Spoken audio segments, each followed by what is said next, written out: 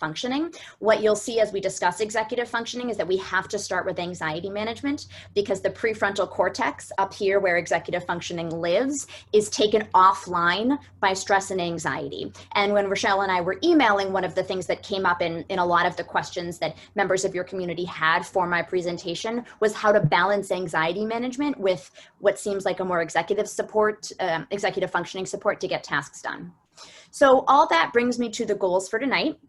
So we're going to touch down a little bit on our understanding of COVID concerns and their influence specifically on learning, because that sets us up to identify the priorities for this school year. Then we're going to touch on anxiety management tools specifically related to executive functioning. We're going to back up and zoom out and talk a little bit about what executive functioning is in a broader academic context.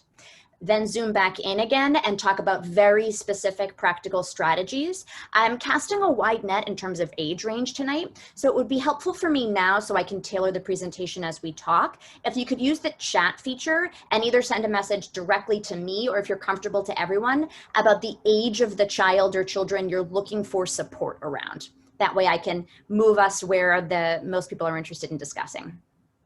And then at the end, I'm not going to go into this, but I recognize that some members of a lot of local school communities are making the decision to have a more active role in what might be somewhere between school and homeschool. So I'm going to share with you a couple pages of resources of pre-designed, pre-vetted, professionally organized resources so that you don't feel like you have to reinvent the wheel. A lot of my role at Mass General is parent support. And so that's what we're going into tonight. Tonight is for you. Everything we do is about our children, but tonight is really for you. So the model that I use to conceptualize kids is, I think about 4 domains. I think about executive functioning, social communication, sensory processing, and emotional regulation. And the reason these 4 domains are how I break things down is the American education system has really 2 sets of goals. There's a child's individual skill set. Can this child read? Can this child write? Can this child produce certain degree of work? And then there's also the group learning context. And it's a reality in the existence of our current educational system that these 2 things are simultaneously tested almost at all times, because kids are constantly learning in a group environment. And a lot of supports are either individual or group. And one of the challenges of executive functioning is that it covers both of those domains. So these 4 domains are really what I like to think about in terms of helping children access curriculum and access education. If children don't have perspective taking skills or the ability to shift and modulate their attention, they really can't learn in a group-based setting. And that's how we expect a lot of kids to learn these days. So you'll notice that executive functioning in this visual is at the front of the brain. And that's where the executive functions live. That's our understanding when we do some brain scans of when we ask to do more isolated executive functioning tasks, the parts of the brain that light up the most densely are in the prefrontal cortex. So as we transition into talking about anxiety management, what is also true, and we've studied this, we can look at it, we've all experienced it personally, is that anytime the stress hormones in your body increase, the first place that blood is pulled is from the outer reaches of your body. So the second any version of your fight or flight response is activated, your body biologically does not prioritize higher order thinking. Executive function lives on the top outside of your brain. And so when the body experiences stress, blood leaves that area to protect your internal organs. So if you've ever felt crazy when you're trying to rationalize or be logical or ask someone to remember something when they're slightly escalated, there's science to that. So that's clearly relevant as we're talking about learning in COVID, especially for kids who may not really understand how anxiety is influencing them. They may just feel kind of off, but they don't know why. So these are the 4 domains that we're going to focus on tonight. So thinking about anxiety management, our kids in the educational system live in the middle of what's called an ecological system. This is just one kind of, unfortunately, elitist fancy model that backs up the research that what happens in the outer worlds for kids does influence them. So this model, Bronfenbrenner's, tells us that the circles most close, circles most in this visual close to the center where the child or the individual is, have the most direct influence on their everyday life. And then as the circles get broader, there's a wider, more indirect influence. So things like the COVID situation, transition to remote learning, laws are changing. We have the IEP process, who knows which way is up in that situation. Neighbors are being affected, social welfare services, clearly, friends and family. So we really need to go into this school year with eyes wide open, acknowledging it is not business as usual. This entire system is shaky and vulnerable, and prioritizing social, emotional, and organizational needs is the only way we're going to get any information into our kids. So the priorities going into this school year are safety first, self-regulation second. When I say self-regulation, I mean that this is true for the caregivers and your child. So it's not just enough to do what a lot of parents do, which is pour everything into your kid and then crash. Phoenix, I call that the Phoenix syndrome with parents, that's not serving anybody well this year. So I guess this is a good time to pause and say, I'm pretty blunt. I'm probably going to say things tonight that will be either controversial or just kind of tell it like it is. And I don't apologize for that, because I think parents don't have time for watered down versions of truth. So the first priority for this year is safety. The second one is self-regulation. The third one is maintaining core academic skills. This is not the year for academic rigor. And this is not the year to have high expectations for new information going into your child. And I said that I gave this version of this presentation to teachers, administrators, and parents. Maintaining core academic skills specifically applies to reading, writing, and mathematics. The way that the Common Core standards are built in Massachusetts and a couple of other states is that we have circular teaching, which means we come back to concepts every couple of years so that kids can expand on their existing knowledge and reach a higher degree of critical thinking. So that's a nice protection, because it means if kids miss one cycle of it, they will get specific bodies of information like the American Revolution or geology, these more in specific units, they will be exposed to them again.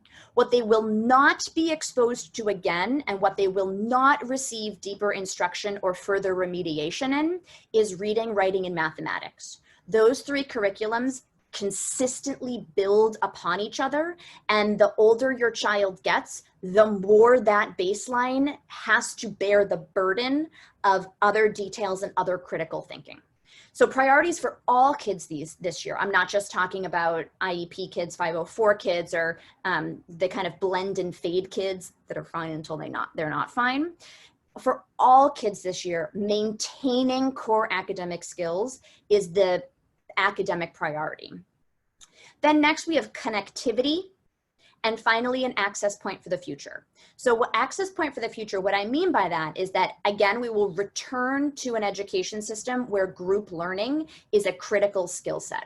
So having children isolated in their own homes for the year, the goal is to remember that they will all come together again in person as a group at some point in the future.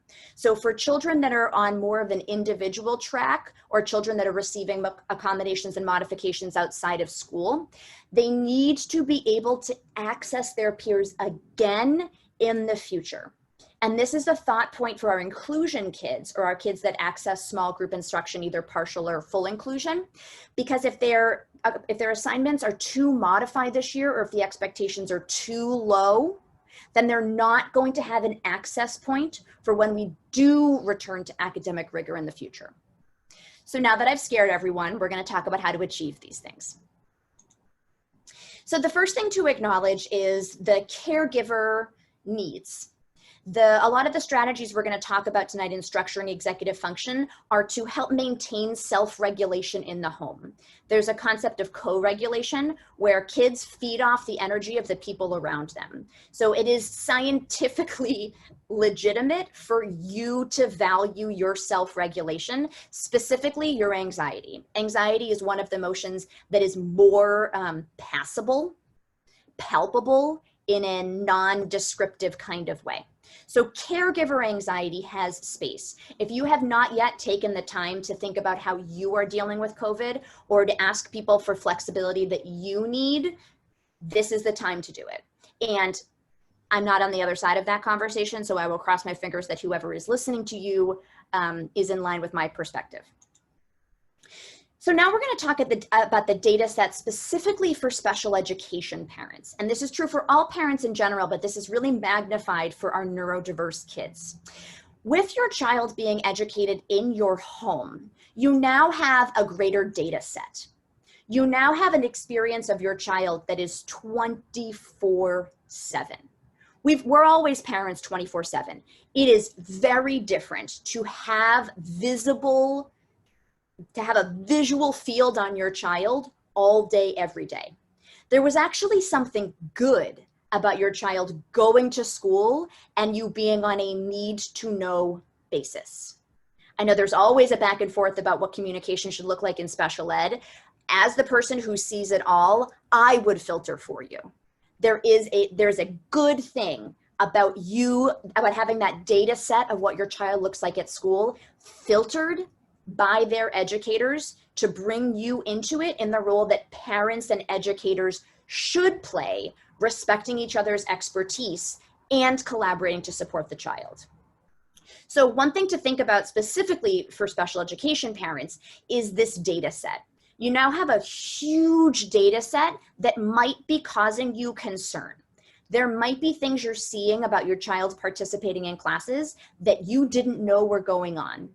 You might be seeing a gap between your child and other children that is, this is a new recognition point for you.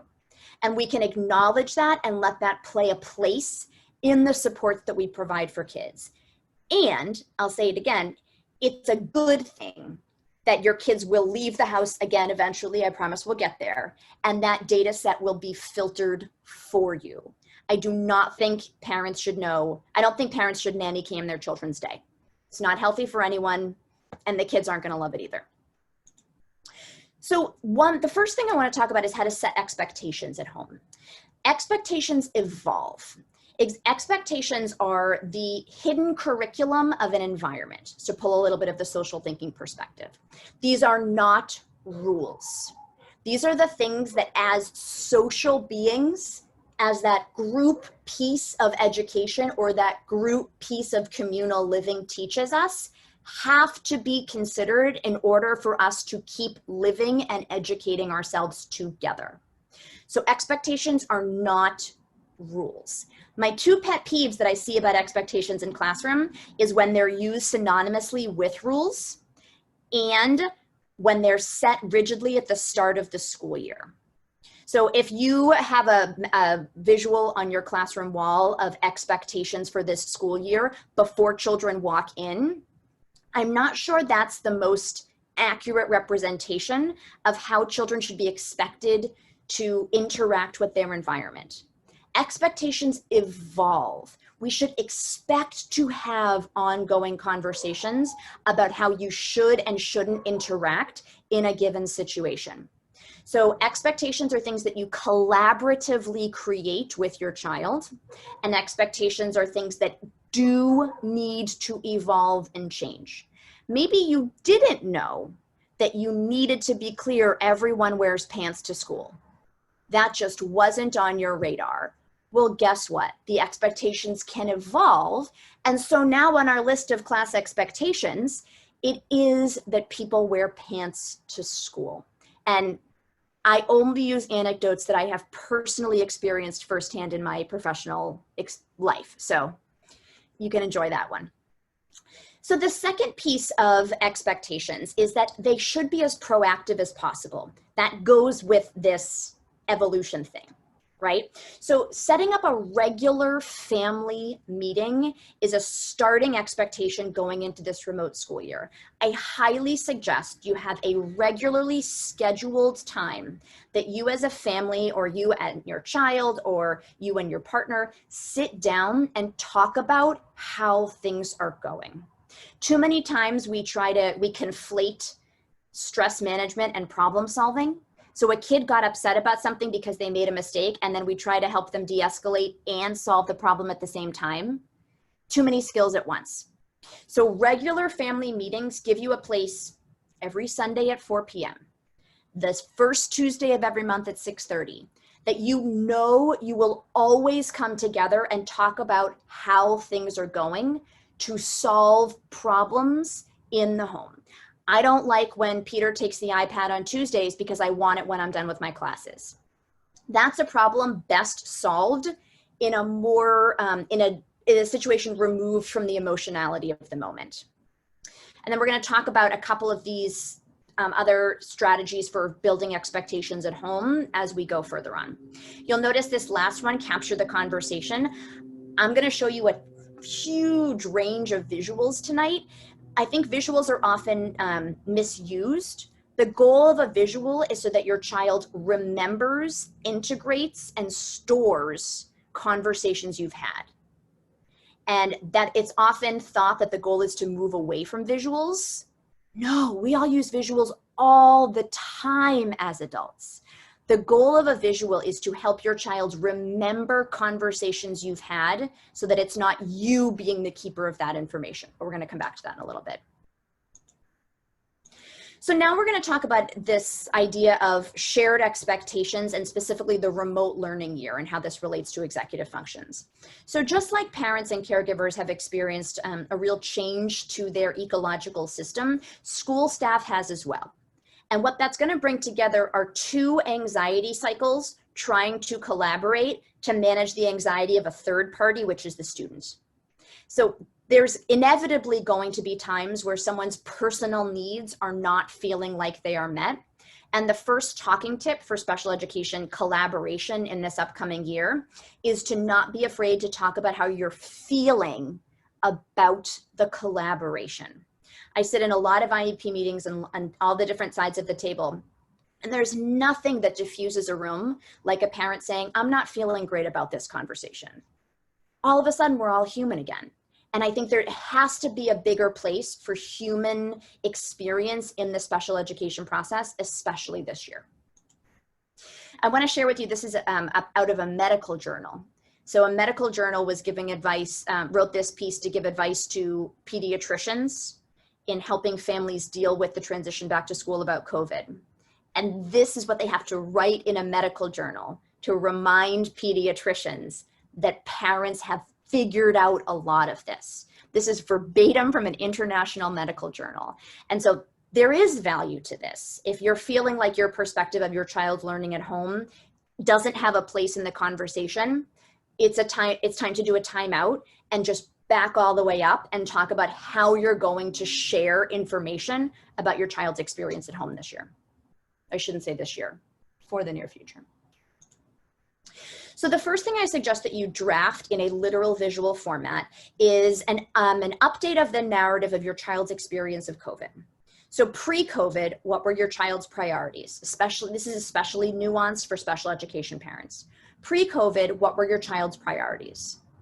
What was your child's COVID experience? Did their sleep change? Did their eating change? Did their communication or their socialization change? What discussions about COVID did you have with your child, and what do you think your child understands about it? And then during the spring's experience of remote learning, describe what a bad day, a great day, and an average day looked like for your child. Now, in the transition back to the school year, what are your concerns specifically about your child and remote learning? And what are your child's priorities for remote learning this fall? This is a 1.5 page document max. So you are going to have to pick and choose what you share with your educator, but I put this on caregivers to type this up It allows you to organize your own thoughts about your child's COVID education experience, and it allows you to be proactive in sharing this information with your child's educator or special education liaison. So creating a shared experience. Executive functioning is interesting, where kids really compartmentalize, and adults do too. So one of the challenges, among many things, of remote learning is that kids are in two places at once. They are literally in their home, and they are also at school at the same time. One of the things that used to work in our favor was that kids could go to school and compartmentalize, and then go home and compartmentalize. Sometimes that's not our friend, right? The kids who do really well at school and then go home and just decompensate. We certainly have those kids. And there's a protection in why kids do that. It also allows them to leave certain things behind in either environment. So while they're sitting on a screen, looking at their teacher, seeing their classmates, and also looking around and seeing their kitchen table, there's going to be some inherent confusion there. Do I follow the expectations of my kitchen table and mom doesn't make me wear pants? Or do I follow the expectations of school where I think I'm supposed to wear pants? That's inherent confusion there. The relationship between the eyes and the brain is so instantaneous, we don't think about it. Kids get clues from their environments and immediately act on them with such automaticity, they don't have control over it.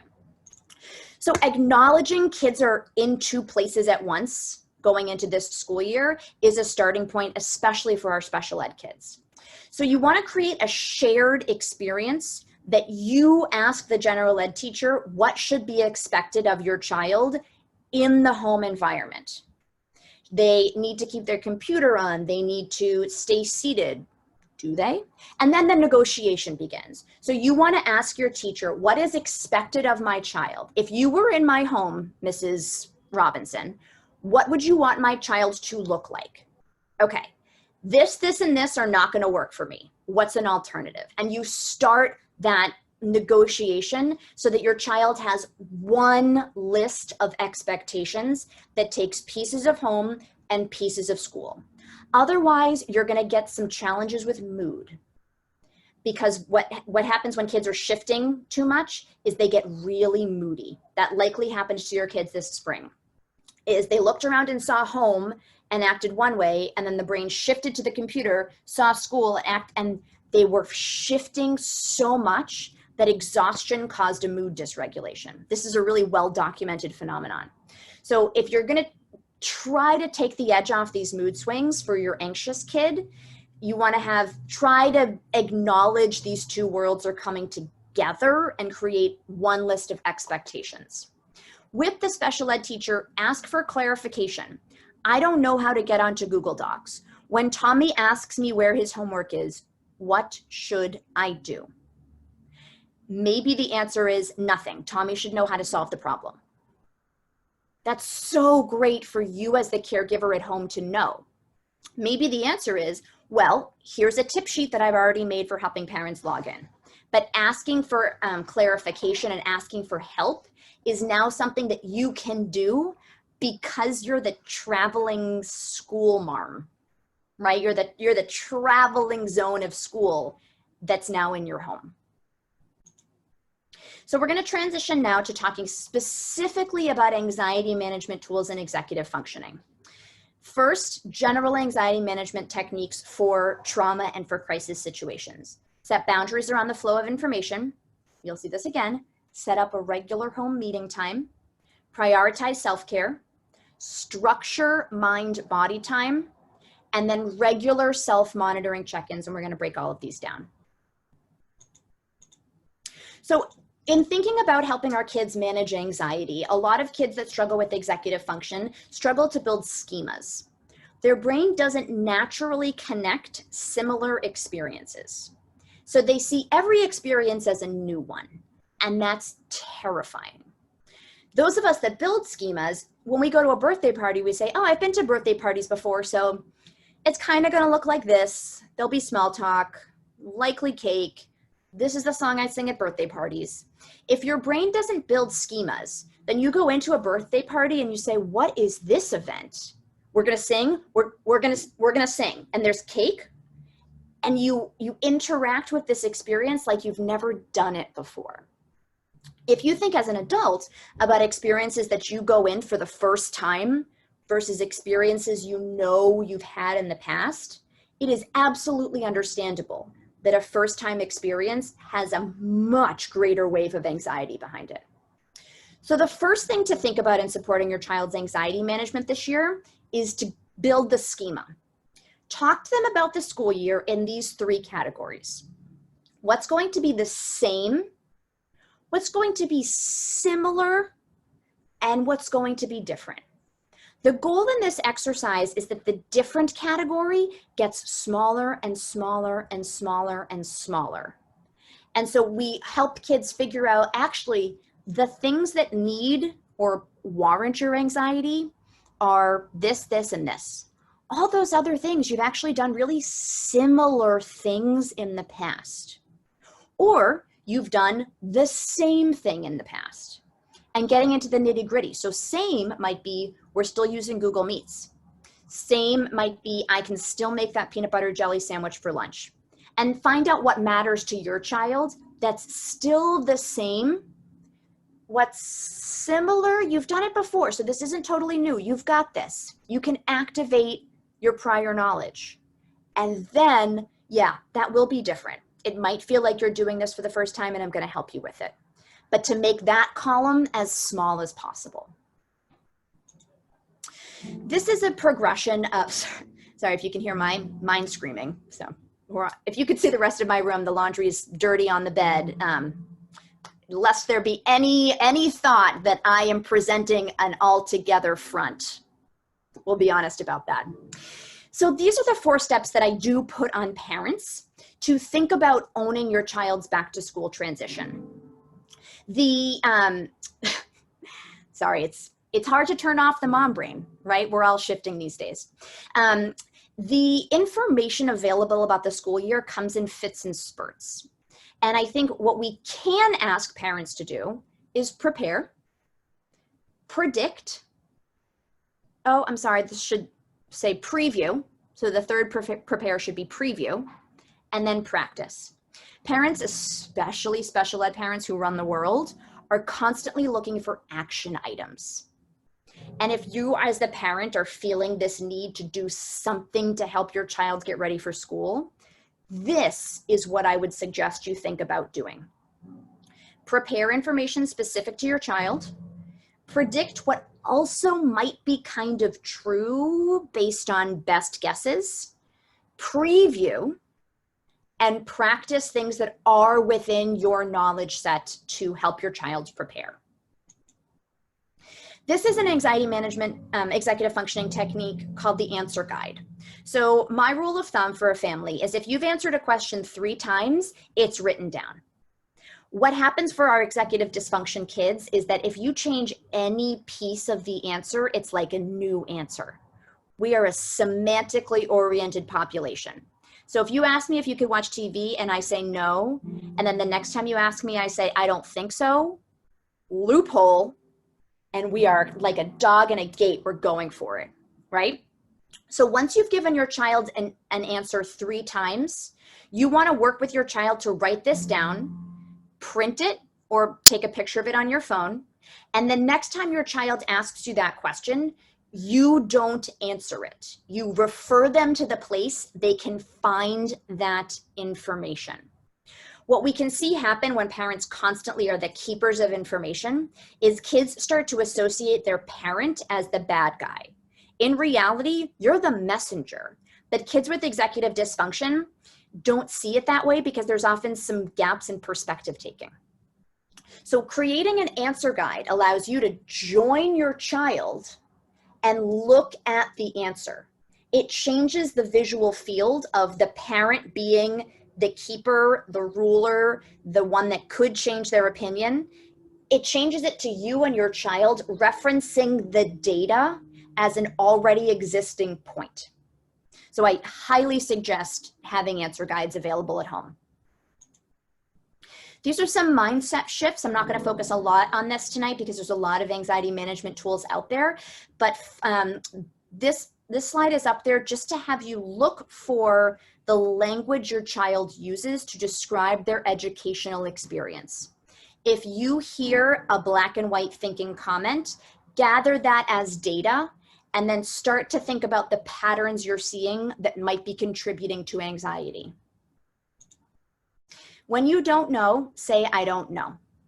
One thing that I think there's a misperception that parents have to present like they know the answer, and that creates kids that when they don't know the answer get anxious because they think they should know the answer. So it's also important for your kids to see how you deal with ambiguity. We have a whole generation of kids coming up in schools that cannot tolerate not knowing.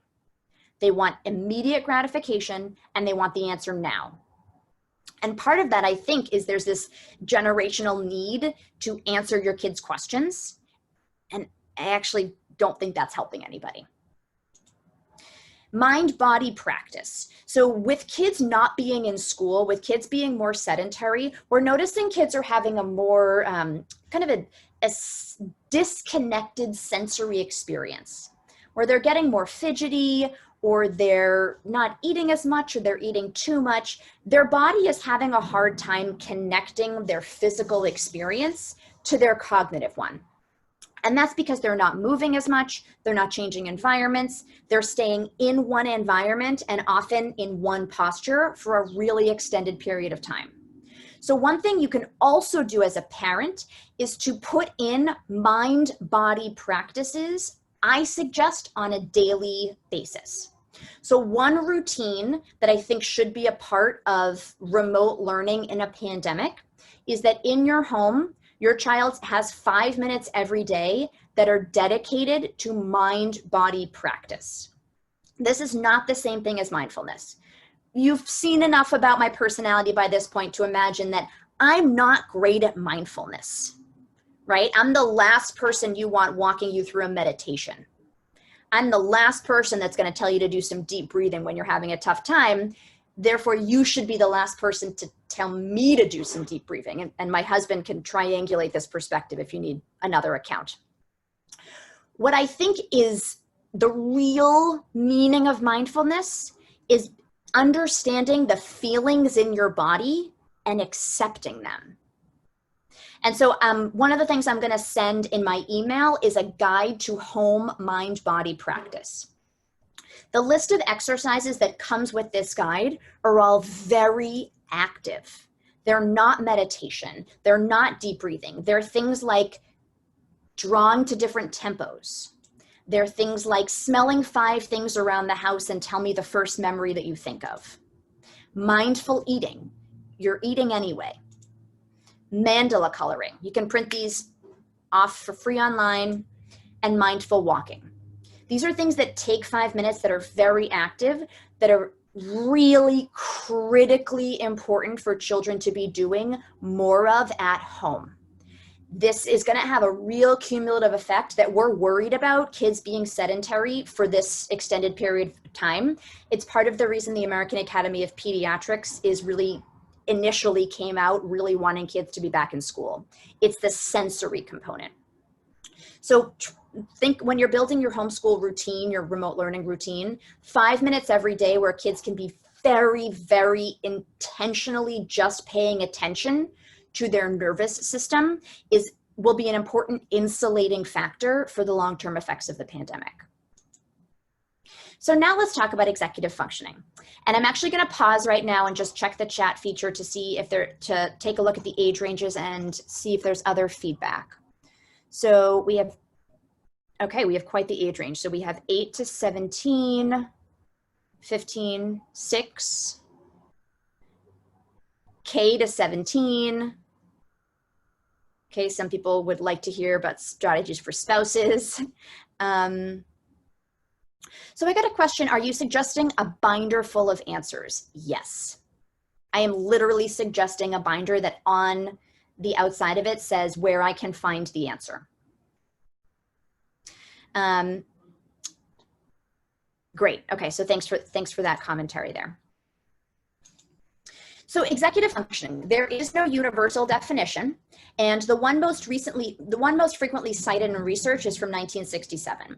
Now, I don't know what a lot of you do professionally, but in my line of work, if I said I was using something from 1967, I probably wouldn't be sitting in this chair much longer. So we have a lot of work to do to use modern science to help us understand what executive functioning is. Right now, the people leading the push for executive functioning are educators, because we're seeing anecdotally every day of our experience with kids that this is a greater and greater concern. The influence of technology, and the influence of technology now in remote learning is creating a brand of kids that are less in touch with executive functions. So the researchers need to catch up to us and tell us what to do next. So executive function consists of three basic categories. We have working memory, flexible thinking, and inhibitory control. And I think when I conceptualize executive functioning, it's really hard to think about students' executive functioning using these three buckets. These are huge buckets. How do you help working memory? How do you help flexible thinking? For me, there are too many neurological skills under each of these categories.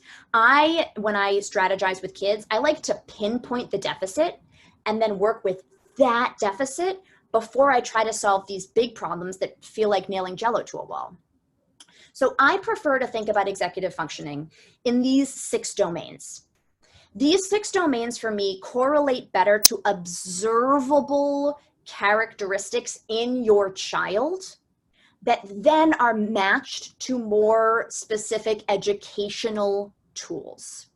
I don't think we could write IEPs that have accommodations for like flexible thinking. We can write IEPs that have accommodations for focus, for attention. These are less jargon-centered terms, and they're more observable. This is another visual that I think really maps out the executive functions. And when I run IEP meetings, I have a copy of this on the table, or when I used to, I should say. What you'll notice here, I teach a curriculum where I teach high schoolers executive function. So they sit here and we talk about what inhibitory control is. We look at brain scans. And one of the things we do when we get to this slide is I say, okay, so tell me something that doesn't involve executive function. And the point of that question would be, there isn't anything. I was recently reminded that I'm frequently behind the 8 ball because one of the students in my more semantically oriented cohort said breathing, and he's not wrong. So when the approach to supporting executive functioning starts with remembering that students who have EF deficits, this is skill, not will. EF deficits are so frequently looped into behavior because it's impulse control, or it looks like a lack of motivation. Motivation is an executive functioning skill. I work with individuals all the time who cannot structure motivation. They cannot see the goal in the future to find a way to motivate themselves to work towards it. So a huge paradigm shift that we have to get to in supporting kids with executive functioning is acknowledging that this is a cognitive deficit. This is not a behavioral issue. And if we start to look at executive functioning deficits through that lens, 1, we're all going to be nicer to each other. And 2, I think we're actually going to get closer to giving kids tools that match their deficits. Okay, so we could talk about, great, it looks like motivation is striking a chord with a number of people. So we'll spend some time on that. So some questions to ask to get us out of the behavioral negative mindset about executive functioning and shift us towards the skill-based perspective is, how does this child sense time? When is the child motivated? How does this child prioritize? And what does this child tend to notice first when they walk into a room? So when I'm thinking about kids with executive functioning, if I meet a kid for the first time, I'll place a couple of funky objects around my office. And when they walk in, I tell them, tell me the first 3 things you see and in what order. That is hugely telling about how the brain takes in and prioritizes information from the environment. And how do we learn these days that taking in information from the environment? So we're gonna play a game. So at this moment, I am gonna ask people to take yourselves off mute. There's someone in the waiting room. I don't know who that is. I don't wanna let someone that shouldn't be in here in. You can just approve people in the waiting room. Got it, okay. So the threat level's low is what you're saying. Hopefully. I mean, we're all adults. You never know, so it's like kind of probably dumb to even have a waiting room at this point. Okay, so take yourselves off mute. What I'm gonna ask you to do is I'm gonna show you the next slide. When I show you the next slide, and you have to commit to this exercise, okay? You have to commit. I want you to say out loud the first thing that your brain notices. This is a carefully worded question. So before we start, I need everyone to raise your hand and commit to this exercise. I'm not joking. I'm a teacher. Okay, hands up. Okay, commit to this exercise. When I show you the next slide, say out loud the first thing that your brain pays attention to. Ready? Pictures. Red shirt. Red dress. Red dress. Yeah, red dress. Gold dress. Okay. The gold dress. Yeah. Those people seem really sad. The two women seem sad. Okay. All right. So that was a pretty good commitment level. Thank you. You can put yourselves on mute again for now. So that was a pretty good commitment level. So what I heard from those responses is there's kind of a cluster of people that saw something similar. And then there's all these offshoots of variability in what your brain paid attention to first. This is the experience of executive dysfunction, because all of this information was pulled from this. If I had showed you this slide first, the chances that we would all say something similar go way up, because unfortunately we're cattle. We know enough about how the brain works that I can figure out how to get you to attend to something, assuming you have executive function. If your brain struggles with executive function, the world looks like this. And it means that you have to take random guesses about what's important, what goes with what, how to prioritize things, as opposed to seeing, registering, and acknowledging executive functioning tools that exist, taking the meaning of that tool and processing it in real time. So executive functioning tools are all over our environment. Bigger fonts, colors, text next to pictures, putting bigger pictures have more importance, top left corner. All of those are things that are executive functioning tools that we use actively to steer attention because we understand that they have meaning. If your brain doesn't automatically see meaning in these tools, then you are lucky if you land on the thing you're supposed to be paying attention to. So a starting point in thinking about remote learning is to do something called interactive modeling, which means painstakingly walking your child through organizational systems and not making any assumptions that they know it has meaning. Things like when you open up Google Classroom or Google Drive, why are folders on the left side? Why is this heading bigger than other text on this page? Even getting a textbook, glossaries are in the back. We've all kind of internalized these executive functioning systems that our kids may not have internalized. And so a starting point for going skill, not will, is not making any assumptions about what the information our students are taking from the tools we think we're giving them. I was working with a 17-year-old the other day, and he was referred to me because he really struggles in writing. And we were talking for a little while, and then he went on this like 7-minute rant about graphic organizers. And he showed me some of the ones he's been using. I said, all right, well, tell me why it looks like this. And he couldn't. So to support his executive functioning, people had been handing him graphic organizers for years. He had no idea that it went in order. He had no idea that this bigger bubble meant the bigger idea than the smaller idea. That's executive dysfunction, and that's skill, not will. So when he was saying to teachers, I don't know how to use this, or I don't want to use this, he did not know how to use it, and he couldn't see the justification in spending 30 minutes doing this because he didn't see how it was related to his writing. So this is a huge paradigm shift of skill, not will. So building independence and executive functioning is about making the abstract concrete. Let's talk about some structures you can use to do that. And I'm going to do a time check and give you a preview that I will be interrupted shortly for bedtime. And practicing what I preach, I will give my child a kiss goodnight, because the goal for this year is self-regulation. So we will be interrupted shortly. So backing up to the goals of structure. The goals of structure are accurate prediction. There's a lot of nuance there. I see a lot of people using preview these days, and it's working against them, because parents are using preview as what they think is an anxiety management executive functioning tool, and they're over-committing to their knowledge.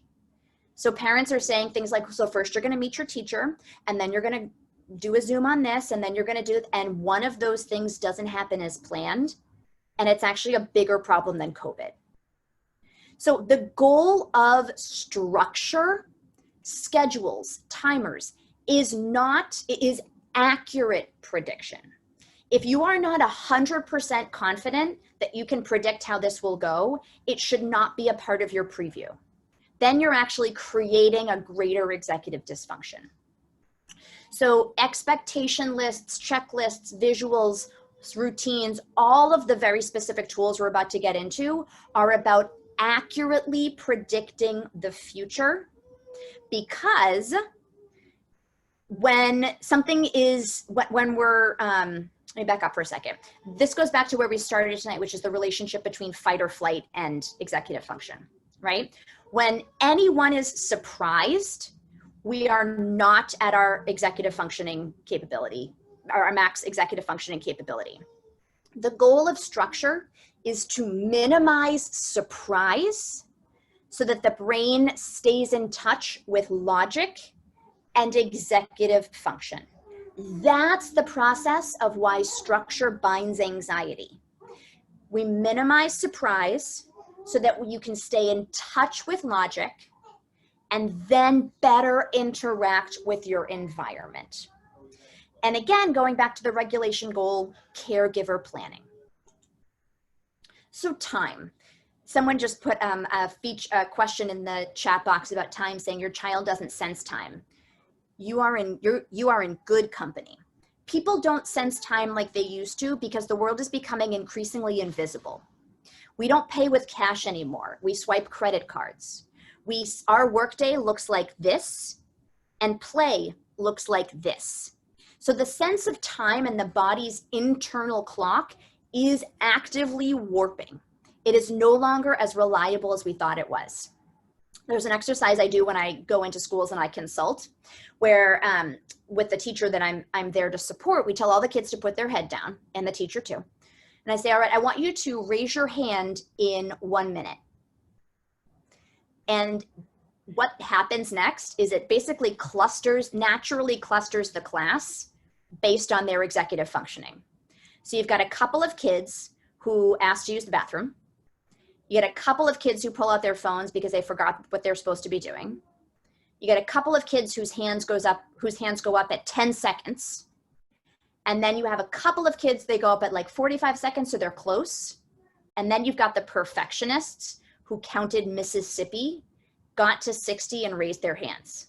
So it's like Jane Goodall. You just see it play out right in front of you. You see their executive functioning skills play out in real time. So at home, where remote learning is sitting in front of a computer for extended periods of time, the first thing I ask parents to do is structure time in the home. Find ways to show your child time is passing. They have to get up on the hour every hour and run up and down the stairs or complete a motor-based task.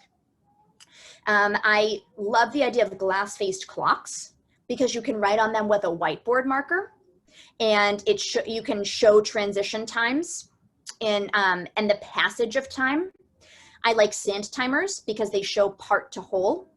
I do not like time timers, and I do not like stopwatches because they remove the executive functioning component of time.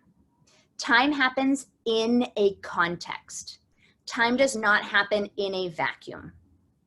And so if you're thinking about it, a kid with executive functioning challenges, you want them to always be working with time in the context of the hourly schedule.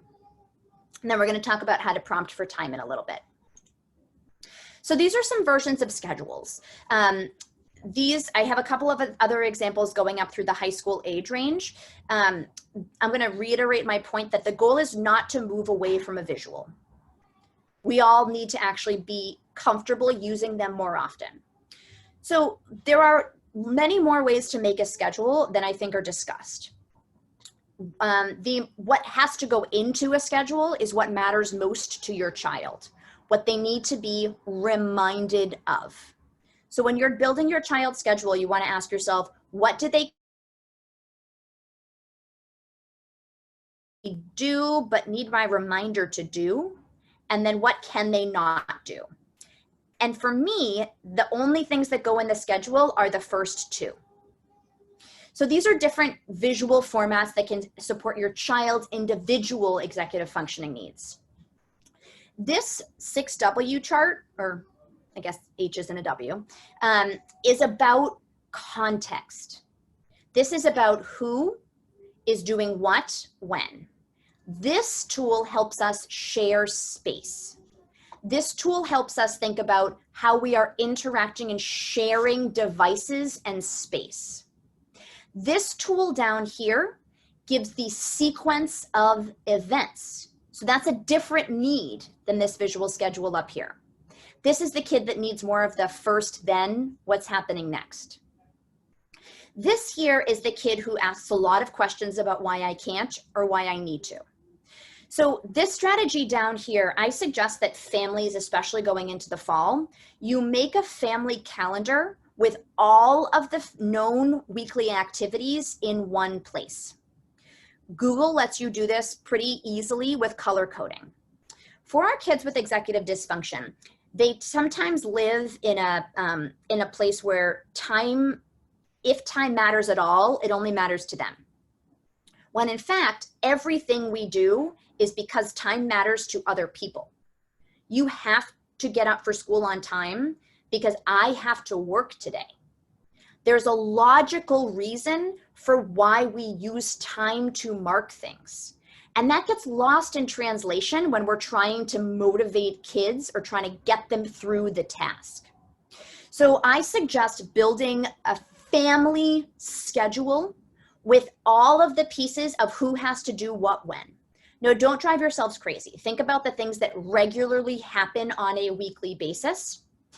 And you want to come back to this tool when you need to solve a problem. So your child says, you're having a problem getting your child up in the morning, right? They're constantly taking 15, 20 more minutes. Instead of it being you as the keeper of the information against your child, you use this visual and you look at it together and you say, is there a solution in this chart that has to do with all of these moving parts? It places your child in a position to analyze data instead of thinking that this is just, you're just saying no. And this is how we build executive function in our dysfunction kids. The next two slides are examples of how to make age-appropriate schedules for older kids. So this is an example of what I would use for a middle schooler. The previewing expectations, here is when I suggest putting in their choices for that activity at the start of the day. Similarly here, lunch can be or break can be. So this is where you integrate the sequence of events with expectations. You'll notice on my schedule for younger kids, I don't have 1, 2, 3, 4, 5, 6, 7, 8, 9, because kids that young don't have number sense. When I walk into classrooms and consult to schools, if there's a visual schedule, there should only be things on that visual schedule that have meaning to kids. If it doesn't have meaning to the kids, it should not be on there because it's too much visual clutter. And this is an example of, this is an example of a high school or an older student visual schedule. What's important in here is you'll see time is in here for the first time. This is because for high schoolers, they can and should be expected to use time as a tool. Again, there's other people in the home. Time matters. You're all using time to kind of interact and coexist, especially when you're sharing a space. So the other way to break up time during the day is to help your child store their memories of school in a more organized way. Kids with executive dysfunction are in one ear and out the other kids, right? They're listening to it. That sounds really cool. I like what you're telling me, but then the class ends and it's absolutely gone. That did not register for me. That did not store in my memory. If it did, it's stored down next to snow cones somewhere and I'm just never gonna find it again. So this memory storage retrieval system is a core pillar of executive function. So after your child finishes a block of education, break up the day for them. Stop that moment of time with them and have them do something that just closes out that interval of academic experience. Tell me a 30-second summary for what you did during writing today. Tell me 3 words that you learned in science today that you'd never heard of before. And you just want to clue the brain that we are now closing out a memory that you need to then store to be able to activate again. One of the challenges, another challenge of remote learning is that it all looks the same. So kids with executive dysfunction, stuff's just flying everywhere in the brain. They're not closing out the storage loop. So in addition to helping them break up the time of the day on their computer, help them break up the content by closing out an activity with a competency check. This is not a ticket out. It's not a let's make sure that you understood and maximized your engagement. This is a literally, I need to put the period at the end of this sentence, the end of this memory sentence, so that your brain says, oh, that's closure. Time to store it. Otherwise, it becomes an ellipses, and memory doesn't store ellipses. So this slide has some other ideas based on the way that your child engages with content and the type of learner they might be, to some prompts that you could use to help them close out at the end of a block. I think there's some people waiting to get in. Would you mind letting them in? Oh, absolutely. I'm so sorry. That's okay. Thank you. There you go. So the other piece, earlier today, we talked about the core pillars being reading, writing, and math. The only way to become a better writer is to write more often. And kids are typing more often now, but they're not writing. And I'm going to get a little old school, and my grandmother would be proud. It's a different task. When kids go back to school, this is that access point we talked about earlier. When kids go back to school, they still need to be able to write, because that's how we teach organizing writing. It's not a reality that they're going to go back to school and be typing everything. So that's one important thing of writing every day. This also goes back to breaking down time, breaking down day to day. A daily journaling exercise is going to keep your child's written expression experience up. I don't care what they write about. I just want them to walk through the executive functioning process of, I have a thought, I need to organize it and get it out of my body onto paper. That 3-step process is a chronic challenge for executive functioning kids when they have to write when they get back to school. So these are some tools. There's a 2019 COVID time capsule for your elementary school kids. I love this. You can print this for free online, and if you can't find it, I'll attach it to the email. It helps kids just process their feelings. And if they do one assignment a day, it just breaks up the time. It shows that time is passing. Each day is different. Current events, so this is for our middle schooler. This is an organizer that you can use for any current event, but having it be an expectation that your kids sit down and spend 2 minutes reading about something in the news and writing about it, that's a really critical practice. And the connectivity piece, if your kids are feeling isolated, I suggest pen pals. There are a couple of fantastic websites that you can, that are vetted and monitored and controlled, because I know the brains go to dark places, that can set your child up with someone so they still have some connectivity. And then these are websites where on a daily basis, it will give you a new writing prompt. And these should take maybe 30 seconds to complete, but it's nice that it just gives you something new to think about and write about every day. And I will say, I have a whole other resource guide about structuring daily writing in COVID and remote learning. So if that's of interest to the community, I can attach that with when I send this presentation, but it's a whole more detailed kind of approach. So if your kid is struggling with writing in general, then send me a chat and I'll attach those resources when I send it. It's just much more detailed about how to get into supporting your kid with writing. So the other way to break up time is to encourage your child to do a mind-body check-in at times that they're not upset. So what happens, we're all totally slammed these days, and what happens is we only check in with our kids when there's dysregulation. And this is true of school, this is true of parenting. And what that creates is kids that are hyper aware of negative feelings. And it skews their self-awareness.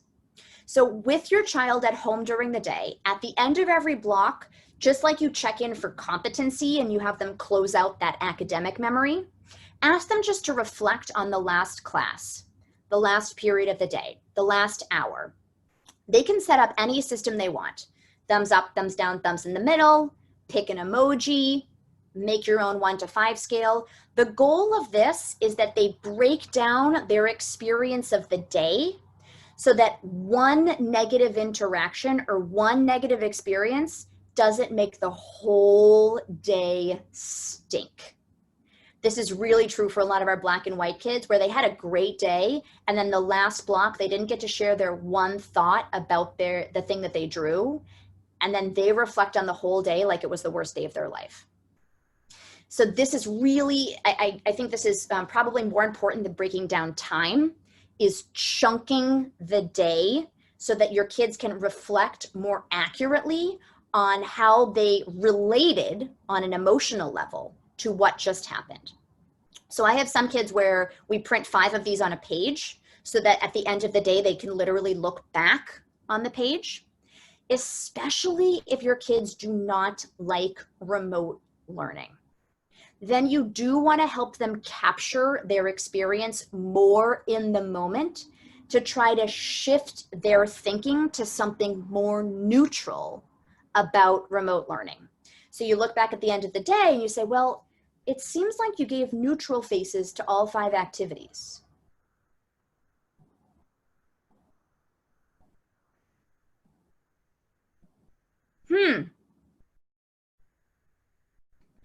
The reason I have highs and lows down here is I don't like highs and lows. I think asking kids to reflect on rosebud and thorn or highs and lows and peaks or valleys plays into a culture of exceptionalism. It tells kids that in order for things to be okay, they have to be awesome and momentous and remarkable. And it reminds kids to think about something not so great that might have actually been better left forgotten. So I'm not an advocate of having highs and lows or peaks and valleys. We're already working with kids whose life is bookends. We're talking about bookend kids, splinter skill kids. I don't think this is something we want to reinforce. I think the goal is getting to neutral self-reflection. Things like highs and lows play into the wrong components of self-reflection, and that's my professional opinion. People disagree with me about this all the time. I welcome that. So this is just a reminder that the mind-body practice during the day is really critical. The next piece we're going to talk about is how to structure your environment for executive functioning support. So it's not a reality that all of us have a separate modular classroom that we've now dropped in our backyard that just looks like Miss Frizzle's bus, right? That's just not our reality. For most of us, we're working at the same table all day, and there might be 3 people working around the same table. So the priorities for structuring space are that the visual messages of the productivity zone look very different than the play zone. This is putting a different colored mat down on the table for when your child is in class, and then that mat gets rolled up for when they're playing. This goes back to that relationship with the eye, that the eyes have with the brain that is so beyond our comprehension. We just don't even think about it. The productivity zone should have all of the materials your child needs to get through school so that there are no other transitions. I'm sure we all have the kid that you get up to get a pencil and then 10 seconds later they're watching TV with Cheetos on the couch, right? Or the partner that you asked to change a diaper but the Celtics are on. We've all been there. So the productivity zone should have everything your child needs to have bum in the chair or bum on the bouncy seat for the duration of that block. Then when they transition to play zone, that literally gets rolled up and put into a bag or a box. And this is now play zone. Then when they transition back to school, the productivity zone gets rolled back out again. This is a motor task that helps your EF kids engage in the environment and shift into the different set of expectations that come with productivity versus play. But what they see in front of them when they're in productive mode and when they're in play mode should look very different. They should build an association of I'm focused, I'm playing, with what's in their visual field. I got a couple of questions about motivation earlier. So I'm going to go into motivation for a little bit. I'm just going to check the chat. Okay, so we have some requests for the writing curriculum. Oh, Cornell note-taking. Yeah, that's a great thought. The closing out, the conceptual closeout. Yes, absolutely. And I think playing into different learning styles, they're very similar concepts. Yes, great point. So when I think motivation and executive function is one of the hardest things to think skill, not will. Because as kids get older, kids that struggle with executive functioning, specifically the motivation component, will start to say things like, I don't want to. I'm not going to do it. You can't make me do it. And it's possible that that started out as a cognitive deficit. And for the sake of protecting themselves and self-preservation, they just learned to make it look like they didn't want to. Kids are really good at trying to save face. So there are a couple of different ways to build the executive function of motivation. These are 3 different approaches to incentivizing. A bribe is something that you control that is not related to the individual's behavior, that comes up in the moment because you just have to get change. Nothing wrong with it. We're all going to use them. Doesn't build executive functioning. Incentives get us a little closer. Incentives make the abstract concrete. Incentives remind your child what is in their foresight if they get through a task. So for REF kids that are like so in the moment, they can't even see beyond themselves, an incentive reminds them of a naturally existing reinforcer that that kid wants anyway. It reminds them of the existence of it, and it probably shows them what they have to do to get to it with more clarity. This makes the abstract concrete. Another version of an incentive could be something uniquely motivating to your child that helps them activate perseverance to finish a task. There is a very good body of research to show that incentives do build executive function. They don't just help your child complete the task, but they actually build a long-range game. My favorite, however, and one of the most underused ones, is just tracking visual progress. Our EF kids can be a little doom and gloom, right? When they're uncomfortable, they're going to be uncomfortable forever. It's just never going to end, and there's just no reason to really give effort because I'm just going to be uncomfortable. This is always going to be uncomfortable. Kind of that intersection of black and white thinking. Visual progress reminds students that anything you do gets you closer to the goal. We tend to, in the American education system, reinforce the product we see, not the process. And that doesn't help our EF kids build these skills. So visual progress is just a laminated sheet of paper or tally marks. And this is the way that you help your child see you're here, the end of the block is here, or the completed math worksheet is here. And then as they work on it, you color in their progress bar. It helps them break down a task to show that they are making progress towards the goal. There's a couple ways to do this. You can have it be timed. Every 3 minutes, you've made progress, or you can totally control it and just give them points for progress whenever they've done something that you think is pretty impressive for them. Sitting through class may be what you reinforce, showing them that just by sitting there and not closing the computer screen, just by sitting here and not being on your tablet playing Minecraft, you are working towards your goal.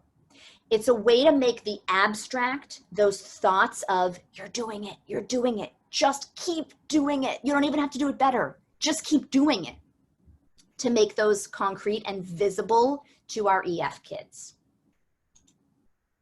So the next couple of tools I'm not going to go into in depth, but I wanted to put copies of them in there just to show as parents the tools that you have. These are all of the different visuals that exist to support your child. So one category of visual is lists. These are checklists that require your child to interact with the visual. These are sequenced charts that show your child what has to happen in a certain order. These are timed schedules, or these are action guides that show your child in pictures the steps to completing a task. These are all of the different tools that you have at your disposal. I got a question here. Let me just take a look. Can you combine the incentive and visual? For example, show progress, but also remind? Yes, absolutely. Because it's likely you, the person who sent this mentioned free time being the incentive. You don't actually control free time. You know, free time is just the natural thing that you earn when you do your task. So absolutely, combining incentives and monitoring progress, I think, are a really great tool. I think what I see sometimes happen is that incentives, incentives go on too long. So it's hard to find the space between I have to incentivize my kid, he doesn't do anything unless I want him to how do you build that from an executive functioning skill.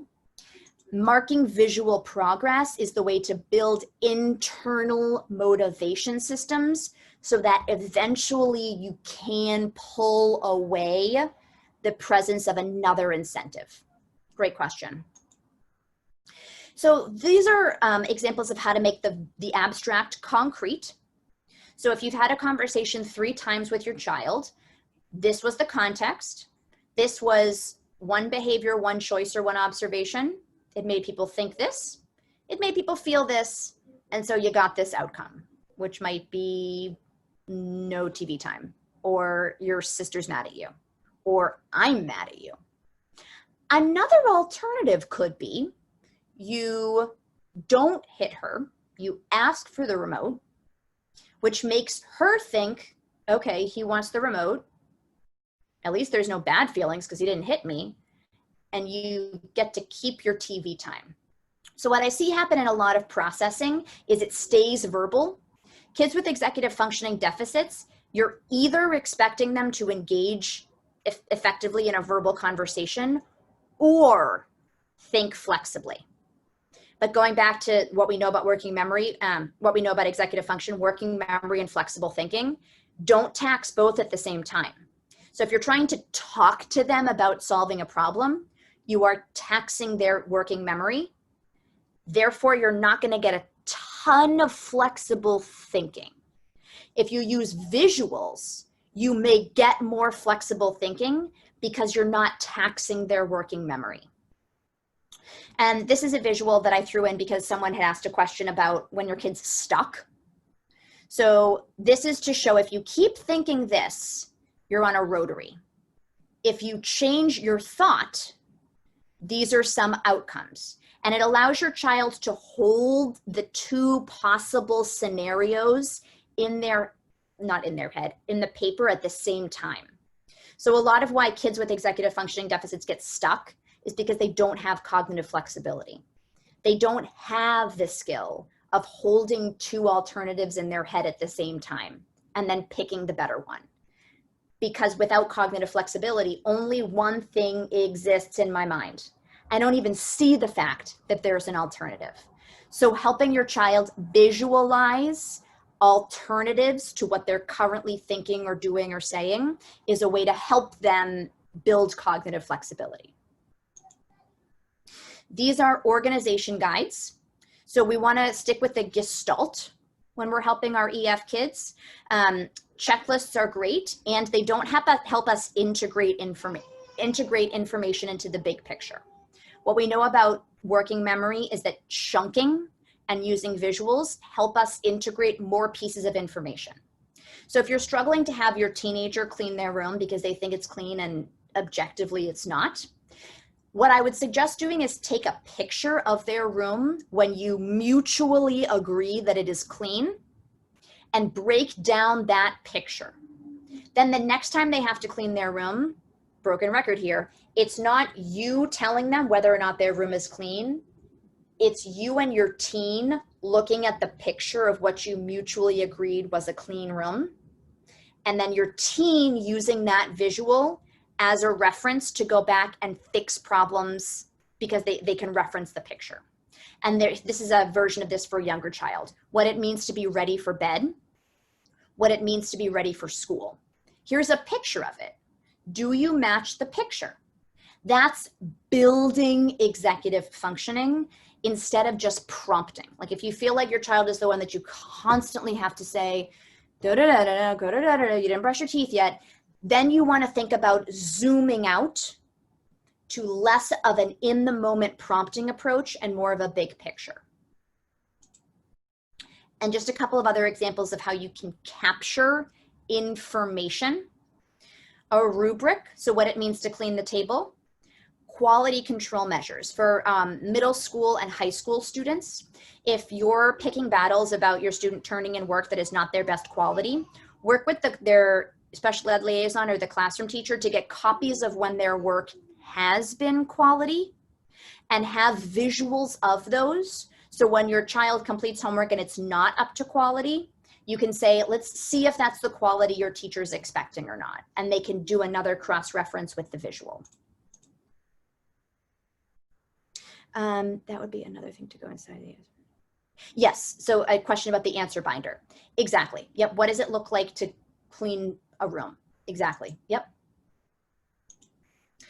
Academic executive functioning supports. I ask all academic teachers I consult to have a visual guide of the year's units.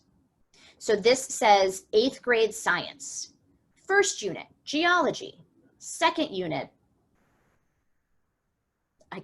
I'm not even gonna try. But this shows the whole 8th grade year, the big picture units, and then the smaller units that happen within that unit. This is a really important visual to help your child build their academic filing cabinet. If they don't build the filing cabinet, they can't put things in it. So for our EF kids, they need to understand what the filing cabinet looks like before they try to put memories into it. Otherwise, they can't recall it with any kind of organizational efficiency. For our high school students that are working on more independent work group projects, Sarah Ward is a really powerful executive functioning guru in the area, and she has designed a couple of visuals that are helping us think about how we work through and prioritize tasks. So if your child has independent work, this is an organizer that I use with some kids where their responsibility is to write down all the assignments, the materials they need, and the predicted time to complete it. Then what I will help them do is figure out what order to do them in and help them track the actual time.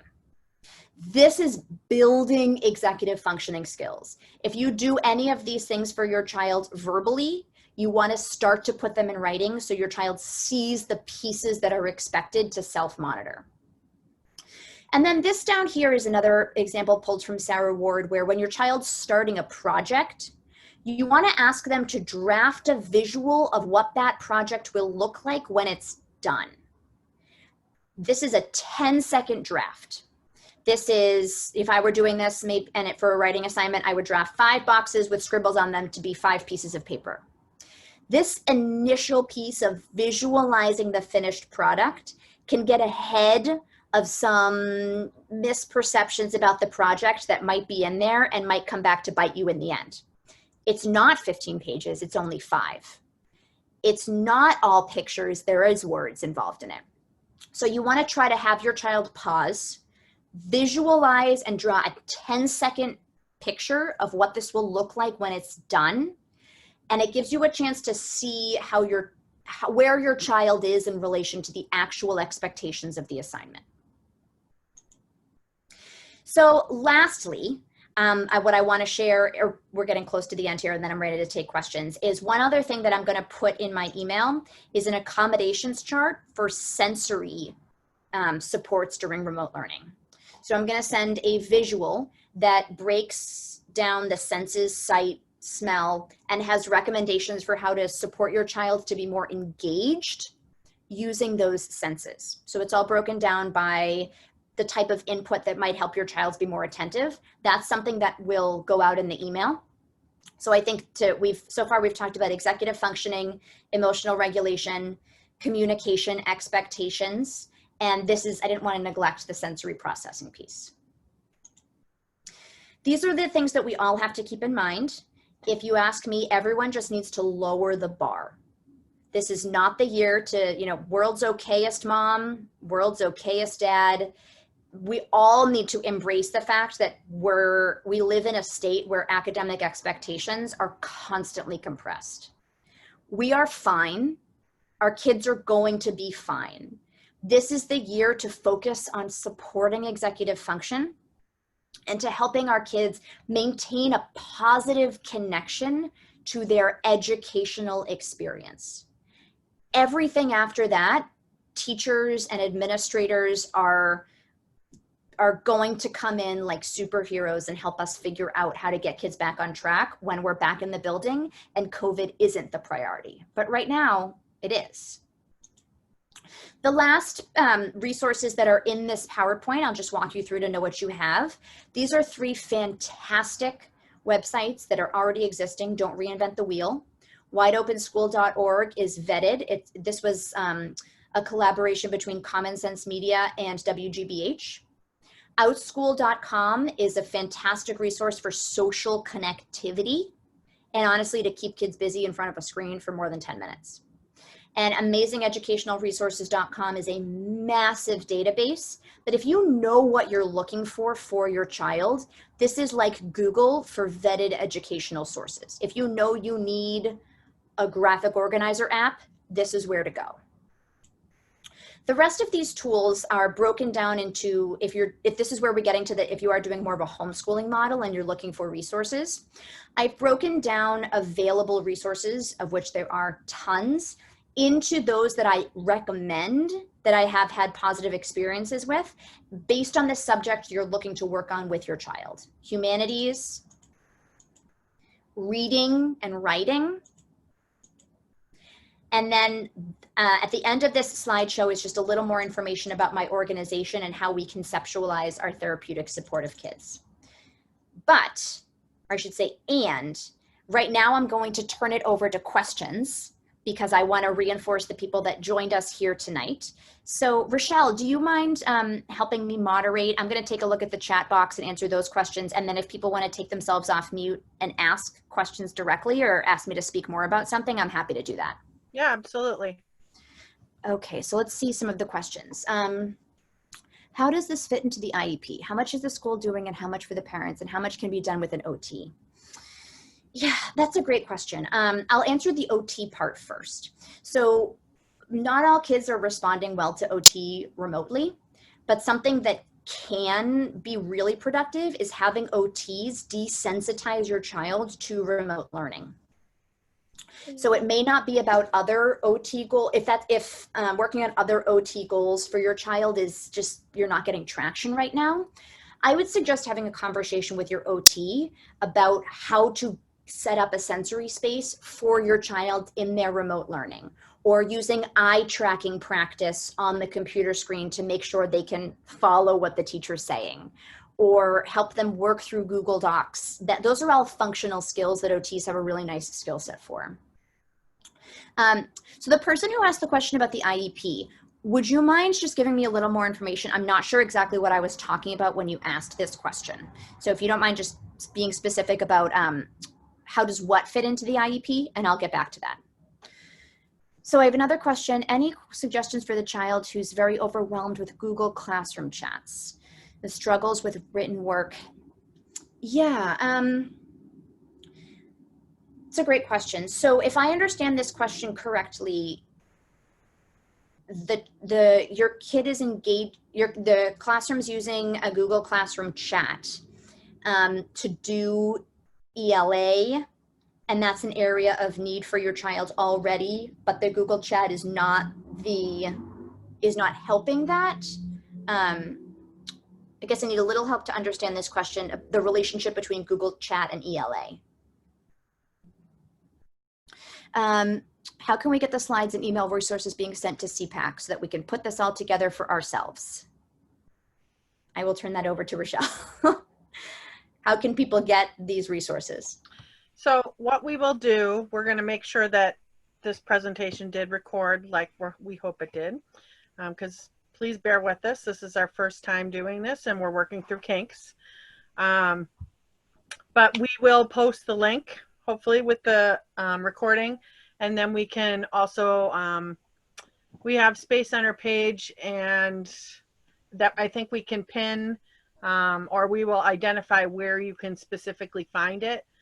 We can also email it to you. You know, we have a mailing list. So if you're not on our email list, drop us a PM or an email and just say, I would like to be added.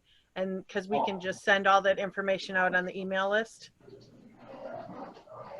Sure. And Rochelle, I'm very comfortable with you sharing my email so that I know I talked about a lot of additional resources tonight. I'd be happy if for anyone in your community, if they want to reach out after this to ask for a specific resource like a planner that I've included in here, they're more than welcome to reach out to me. Perfect. So I just got a clarification. So on the IEP, we're putting it together now. How the units might work in particular to the subject. Yeah, so this is a question about how to include executive function supports in an IEP. That's kind of how I'm interpreting it. So I think I don't suggest putting specific curriculum in an IEP. I'm sure that's something that you're already aware of, because it doesn't give your child enough wiggle room if they don't respond to that curriculum and it lasts a year. So I do like to see kids have an explicit executive functioning goal area. And those goals can include building a unit guide for the year or keeping track of their progress using a unit guide for the year in collaboration with the teacher, tracking their grades, tracking their quality of work, using a planner, designing their own planner. I love IEPs that have measurable benchmarks of the child designing their own executive functioning tools, that to me says the district gets the individualization of building executive functioning. And it's also super easy to measure if you're the person writing progress reports. So I think explicitly having goals and benchmarks about designing planners using executive functioning tools. So it's important that we measure whether or not our kids are using the tools we're giving them. If a teacher, this goes back to that graphic organizer example, right? If a teacher keeps giving graphic organizers and the kid isn't using that, then I actually do put that ownership on the teacher to find another tool to access that child's need.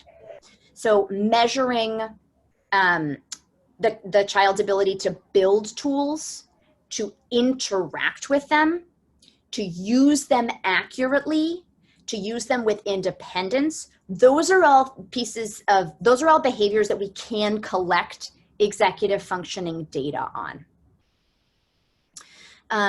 Let me just check another, this clarification of the question. The child struggles with being on a computer for long periods of time as is easily distracted.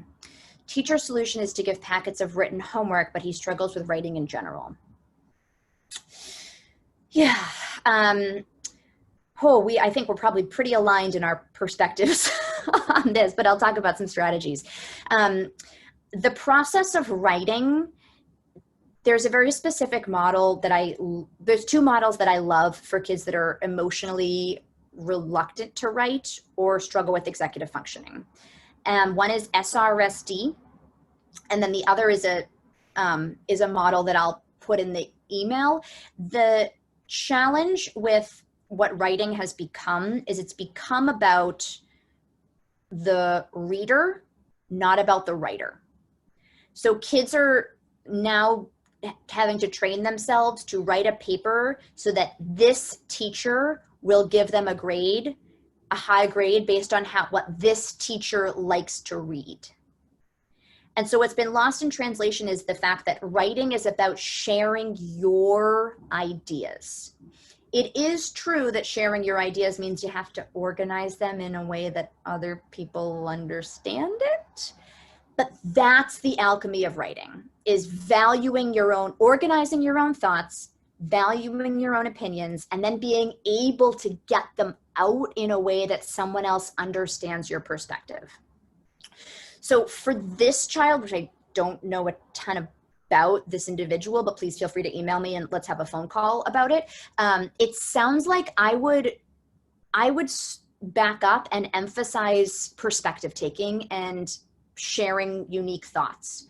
So I would, instead of structured writing, I'd actually go back to creative writing and kind of a prompt a day model where your child just for 30 seconds every day has to do a free write on what they think about dogs.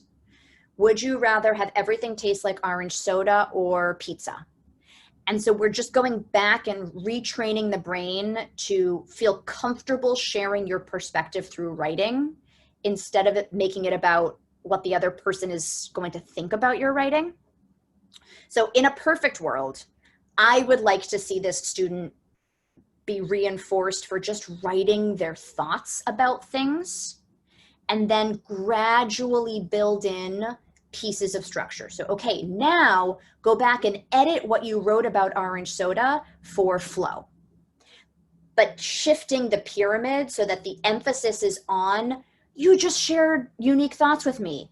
That is awesome. I love hearing your unique thoughts. Let's talk about how I might hear them better in the future. But this idea of the goal of writing is for you to express your thoughts to me sounds like that needs to be a little more prioritized for this student.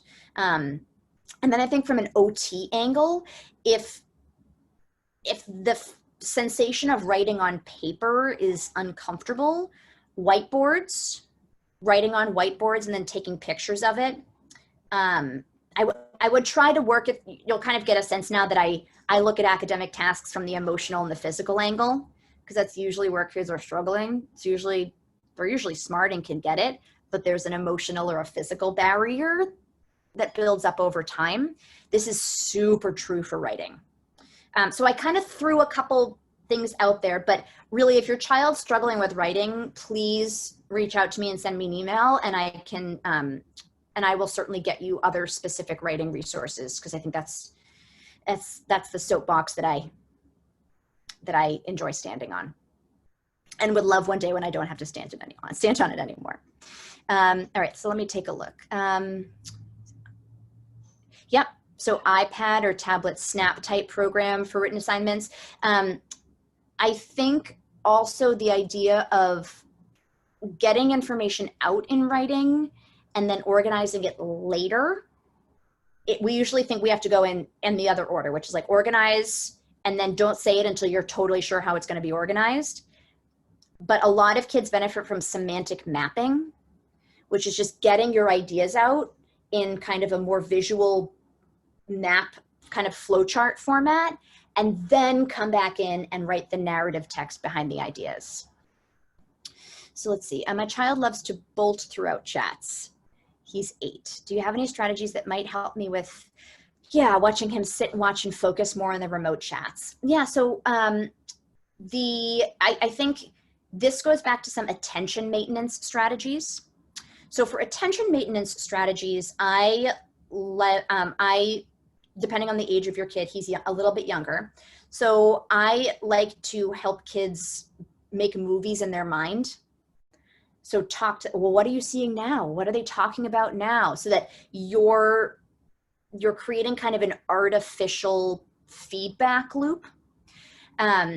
So this is a little more in depth, but you basically want to help your child be more actively involved with a screen by then building a visual movie of what they're reading. It's also a bit of a reading comprehension technique. Other ways to do that are having them draw pictures of what they're reading, draw pictures of what they're hearing.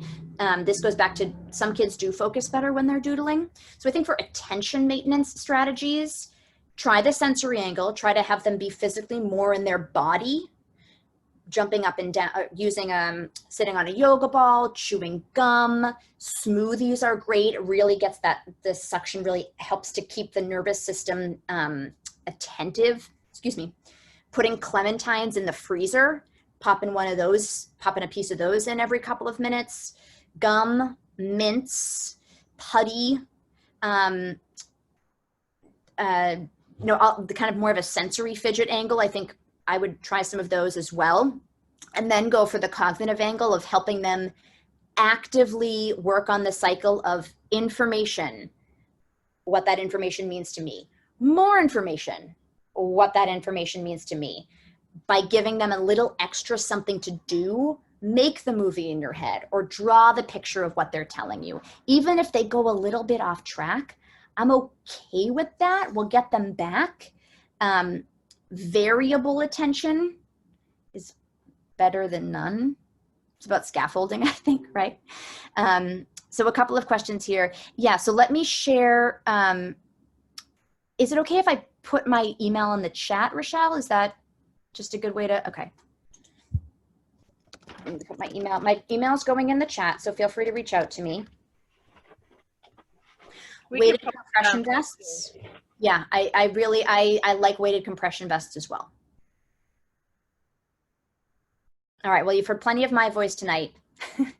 It's time for me to pause on that, and I'll turn it over to Rochelle, if there's anyone else who wants to take themselves off mute and ask other questions, or if there's other things that would be helpful for me to talk more about. Does anybody have anything more they would like her to expand on or have other questions?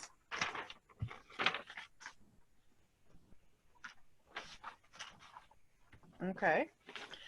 Well, then I'm going to say thank you so much, Elise. I know I myself personally found this really interesting. I saw a lot of head nodding, so I think a lot of other people found things that they could identify with, and like the light bulb moments, if you will. Like I said, we'll try and get this online as soon as we can with all of the information that you're going to send us, and we will send it out in our group email. But really, really appreciate your time tonight. For those of you who are not as familiar with our SEPAC, we're going to try and bring in more speakers, as Holly touched on earlier. We're having a dyslexia speaker next month. So if your kid struggles with dyslexia, this is going to be a really great opportunity for you to get good information from a really credible source. We're also looking to do things with anxiety and also things with Drama. some trauma later in the year. So please like us on Facebook, you know, keep in touch. And if there's something you're specifically looking to hear more about, please let us know, because we are here to serve the needs of the school community. And we want to make sure that whatever you're dealing with at home or your child struggling with at school, we want to help you address that to make life just a little bit easier. Yeah, I'll throw my weight behind that. I mean it when I say reach out to me if you're looking for something. Any last questions? Holly or Jen, any final notes? Oh, this was really helpful. Thank you so much for presenting for our SEPAC. Nope, I'm glad we got so many people. It was great. All right, then I will let you sign off. Thank you, everyone who attended. We appreciate your time. We know it's valuable. Have a great evening, and let's hope for a fantastic start to the school year. Just hang on signing off the actual host account while I save the chat. Absolutely. I won't leave until you tell me. Thank you.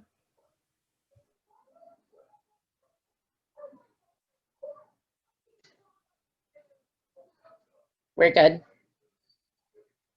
Great. Thanks for hosting me. I'll send you a follow-up email with a bunch of things just to pass on if they're helpful. That would be great. Thank you. Great. Well, good luck with the start of the school year. Thank you. Have a good night. Bye.